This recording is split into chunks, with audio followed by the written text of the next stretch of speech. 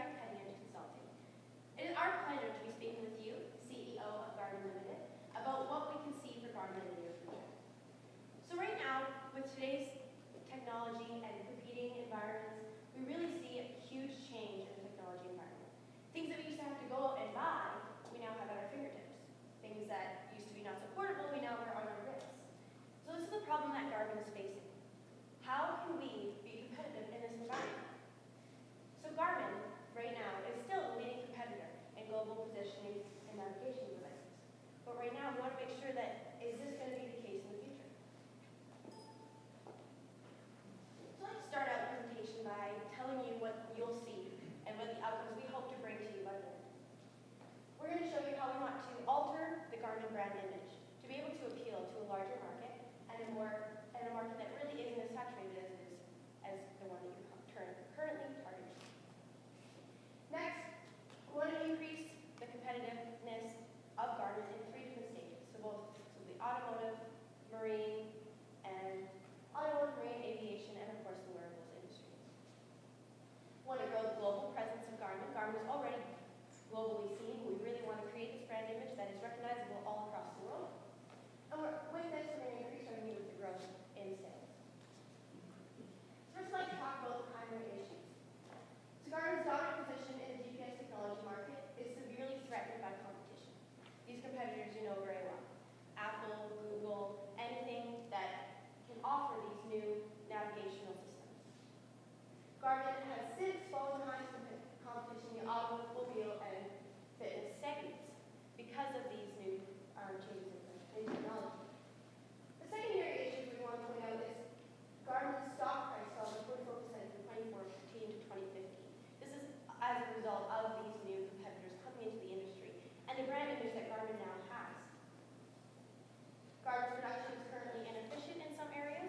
We really want to show you how we can fix that. And the goals of everything we want to show you today is to really show how we can revitalize Garmin's market strategy to once again dominate the respective markets that it is in today. Pass it over to Iris to begin the analysis. So Garmin is a vertically integrated company. Your products are distributed in 3 main segments. As Sarah just said,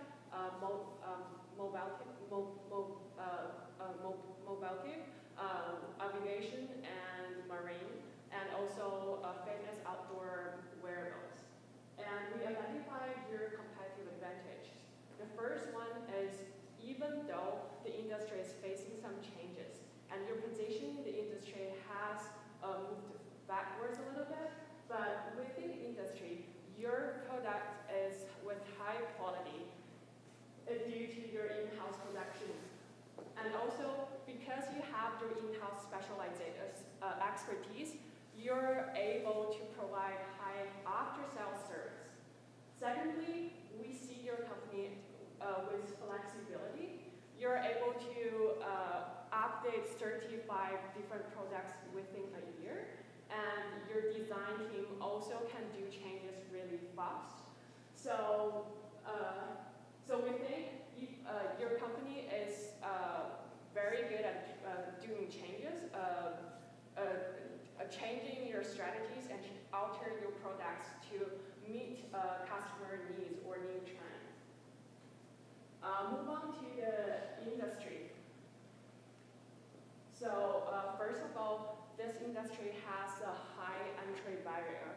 This is a high-tech, just a technology industry, and in order to enter this industry, you need a high requirement for R&D and technology support.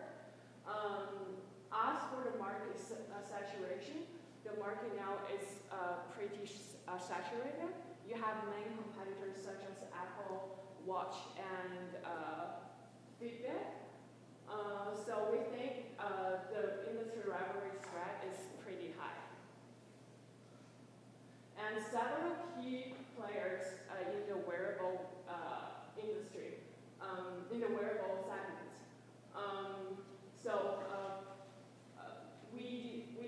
We think this segmentations have 4 dimensions. Durability, which is whether the product quality is high enough to support outdoor and fitness proposed, and also whether it's more stylish or it's more affordable. And also as for the connectivity and compatibility is, for example, Apple Watch. You buy an iPhone and your Apple Watch can connect to your iPhone. So, and also whether when you're using this product, whether it has the ability to connect to data or Wi-Fi. And so, under wearables, your company now has 3 main products: Phoenix, Forerunner, and Vivo. They have different price range, but we think your company now is offering generally a more affordable and budget and more quality wearables compared to other competitors. As for the threat of substitutes, you're facing a fierce competition in automotive and fitness segments, and also your competition includes Apple Maps, Apple Watch, Google Maps, and Fitbit. They're all products that use GPS technology, and so we think the threat level of substitutes are high. As for the bargaining power between suppliers and buyers, we think we know that you have in-house manufacturers, and because your product has such a high quality, so we believe that you buy products or materials from a reliable source, so the threat level is low. As for the bargaining power of buyers, now you're targeting on two different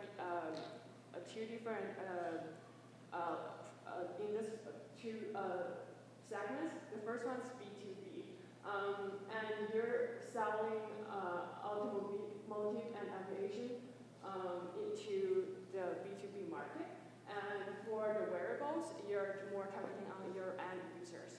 So we think that this B2B market threat level is kind of low, but B2C is high because the end users already build up a certain brand image over your products, and Apple, Fitbit, they do a better job in marketing. So in the end user's mind, they may think that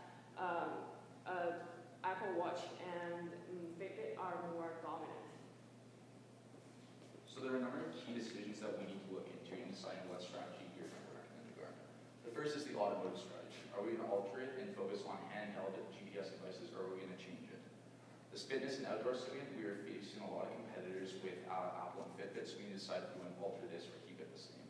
Also, the marine and aviation strategy, one of Garmin's more successful segments is we need to decide whether or not this needs to change as well. Lastly, Garmin currently does all in-house production with factories in Taiwan and the United States, so we need to decide if we want to keep this production the same or outsource it to a different manufacturer. So our team has decided to split this up into 3 segments. For automotive, we believe that Garmin should pivot away from its consumer automotive products and instead focus on built-in GPS systems that we can sell to automotive manufacturers. With regards to marine and aviation, Garmin should develop an international strategy to better offer its marine and aviation segments more in international markets, as these products are very successful currently in the United States. With regards to the fitness and outdoor segments, Garmin should revamp and rebrand its consumer wearables to better compete with Apple and Fitbit. So to begin with the automotive recommendation. So our first recommendation has to do with the sales and marketing of these products. Our first step would be to introduce a new business team to help sell these products to automobile manufacturers. We could also focus on international manufacturers, as the American market is likely already dominated by several of the key players, but by looking into Asia and Europe, we could better distribute Garmin's built-in GPS devices. With regards to R&D, Garmin should also look into revamping its current built-in GPS devices for automobiles to ensure they're always best in class. Lastly, for production, Garmin's factories in Taiwan are currently producing high levels of handheld devices. Since we're moving into a new strategy of simply built-in GPS devices for automobiles, we need to ensure that our production levels are adjusted to ensure that the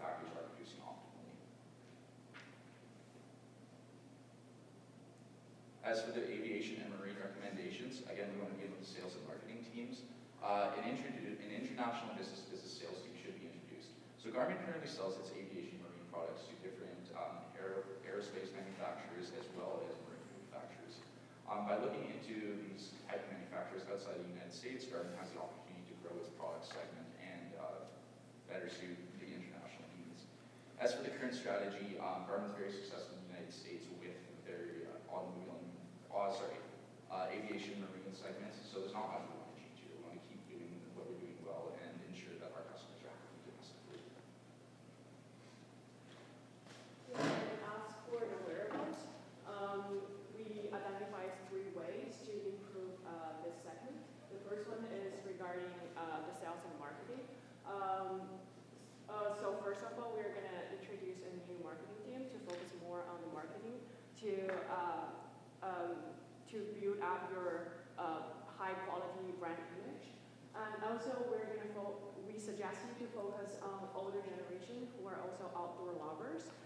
Why older generations who are in their late 30s to 40s? We think because your company started early and you were a dominant player in this industry and you set a high standard in the GPS technology, and we believe that the older generation will know your brand better and they know that your brand is high quality and durable, and also they value more quality over price. So we think your product can offer a great alternative than with the Apple Watch. And also the R&D department, we suggest you revamp existing fitness products to make it more rugged and high quality. And also as for distribution, we suggest you to do online sales through Amazon, because Amazon is an international selling platform. It can help you reach more international customers. And also outdoor sports, electronic and garden stores. So we have a few recommendations with regards to production. As previously mentioned, Garmin has a few factories in Taiwan as well as the United States. So our team believes that we shouldn't outsource Garmin products. This is because Garmin products have a great reputation as being built in-house and having high quality. In addition, Garmin has the ability to know exactly how its products are built, and by outsourcing this, they can lose this control. If this is the case, it might be harder to deal with customer service if Garmin isn't as familiar with its strong products. In addition, we believe that there is some efficiency adjustments that can be made to the Taiwan factories. So as previously mentioned, we are looking to slowly abandon the handheld GPS devices that Garmin currently specializes in. This is because they're highly competitive, and Apple Maps and Google Maps are currently competing with it, and many people are using smartphones nowadays to navigate while driving. So there's no need to shut down any of these Taiwan factories because we see Garmin is growing. As previously mentioned, we want to grow our fitness product and outdoor product lines, and as these will likely be manufactured in the Taiwan factories, there's no need to shut these down, but rather we should analyze these factories and ensure they're operating at optimal efficiency. So I'll begin with the implementation timeline now for the different initiatives that we believe that Garmin should take. So immediately we want to hire new sales and marketing teams for both the aviation and marine side as well as the automotive side. We want to begin new R&D for the new products. So these new products are really just for the automotive industry, for the in-dash built-in GPS systems, as well as the new wearables technology, the more rugged sportswear, outdoor theme that we've been telling you about. Within 6 months, we want to have this new marketing and sales strategies rolled out across in Europe, Asia, as well as North America, and really spread out the Garmin name as much as we can, and the new brand that we're really trying to promote. Because Garmin right now is, when you hear Garmin, a lot of times you think of the little GPS that you put on your dash, something that really right now we have in our cell phones. What we really want to do is change that image, and hopefully by 6 months have that completely rolled out. We want to monitor the success of the campaigns and the products, collect feedback from various parts of the world, see how people are reacting, and really push it wherever we think necessary. And then roll out the new products. So the new products, like I said, the wearables technology, as well as those automotive in-dash products.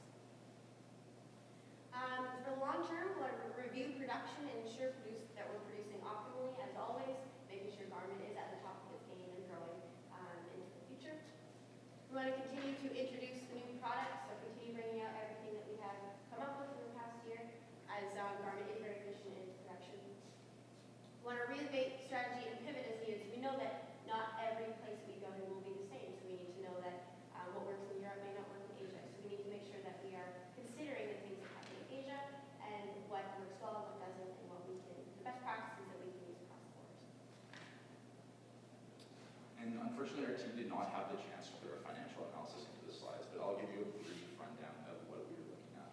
So Garmin currently is very financially healthy. They have strong net profit, and they have around a 20% net profit margin. So by introducing these new products, we see a growth in sales across all segments, with the exception of automotive. This is because we believe that our new built-in automotive likely will take some more time to be distributed to manufacturers and sold to consumers. So we see a slight growth as it has been growing, a growth descent as the growth has been shrinking for the past 2 years. With regards to all 4 other product lines, marine and aviation, we see probably a 2% growth in product lines as these products have been growing steadily the past few years. And lastly, as regards to fitness and outdoors, we see about a 5% growth. Garmin's fitness products are currently growing at a strong rate due to the growing consumer wearables market. So we believe that this will continue as we introduce new product lines. With regards to costs of our new recommendation, we see the biggest costs in R&D and marketing. We believe that the marketing budget likely will need an increase of about 50% or so, simply because we are introducing so many new marketing strategies to the Garmin company. In addition, R&D, as we're introducing these new fitness products, as well as revamping some of our previous products, there'll be high costs in this as well. So we see these increasing about 30% from the last year. And lastly, in selling general administrative, we'd see this increasing about 20% as we're hiring new sales teams to roll out these new products and ensure that they're distributed well across the globe. So, unfortunately, we don't have numbers to show, but we believe that Garmin will remain profitable and will still have a steady net profit. And we want to stress that these new introductions that we're dealing with, while the costs will be high initially, this is not simply a short-term solution. This is something that will allow Garmin to grow year over year. And as the company becomes more efficient with its production and its optimization, we should see costs reducing as well as production continuing to grow and sales continuing to grow as well. So now to talk a little bit about the risks that Garmin might come into contact with as we roll out these new strategies. First, the difficulty in landing contracts with auto, aviation, and marine manufacturers. That is a big part of our recommendation, is the fact that we do need to land these new and maybe expand existing contracts with auto manufacturers as well as marine and aviation manufacturers, so that we can make sure that for the long term we have these products in their different models into the future, so that we know that we will be supporting them for the long term. We see this as a medium likelihood and as well as a medium severity. So right now Garmin is doing fairly well with their marine and aviation as well as automotive. So we want to make sure that, like right now they aren't doing so bad, so it's only a medium severity. But we really want to leverage our international teams and analyze and have them analyze competition in the new markets so they can move into the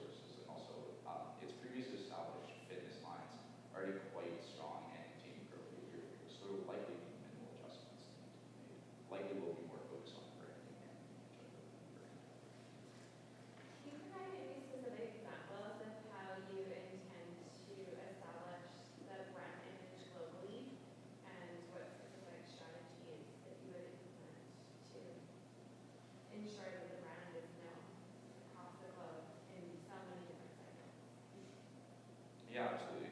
So speaking specifically maybe to like the fitness and outdoors, so we see social media is a huge component for this. We believe that websites and we want to introduce Garmin through various electronic stores as well as online. So online distribution will help with more global manufacturing, or sorry, with more global distribution, whereas the in-store will help more domestically. As for the brand image and the differentiating features that we believe will help sell Garmin, so there's been a lot of reports of kind of issues with Fitbit and some of its accuracy. This is something that Garmin can take advantage of because it's been in the business for around 25 years and it knows that its GPS technologies work well and are effective. So this is a huge selling point that we believe will differentiate us from companies like Apple and Fitbit, as well as the durability of the products and the kind of outdoor rugged image that we want to convey with this.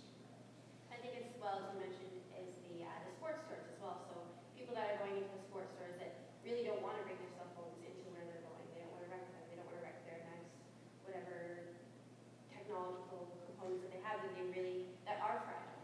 So when we're in these sports stores, we can really push also the fact that they are rugged, that they can come with you wherever you go. A lot of the focus is around the personal consumer product, brand awareness, increasing web presence and all that. So do you see that going forward, that's going to be the main market for, from a revenue perspective, is it going to be more than 50% of the company going forward? Is that the assumption? I think it's more of the fact that when looking at the current competitors, they are very, very strong. You look at Apple, they have very strong consumer loyalty. You look at even Google, Samsung, they're all coming out with these products that are all targeting the same kinds of people. So at Garmin, what we believe will be most beneficial for Garmin is to really separate those people, the ones that maybe they do have an Apple iPhone, but they don't want to bring it out and look at maps when they're doing whatever sports that they want to be doing. So I think it's more that this outdoorsy image is definitely a new trend coming into the market. And so if we can really tap into it and be the first mover in that market, I guess, yes, it would be that future revenue potential is quite great. Do you realize that today that's a small portion of the business compared to the automotive or other more harder non-consumer sectors? Yeah, based on the segment analysis, we see that this is the growing segment. So as the segment is growing, we want to grow with this segment. And also because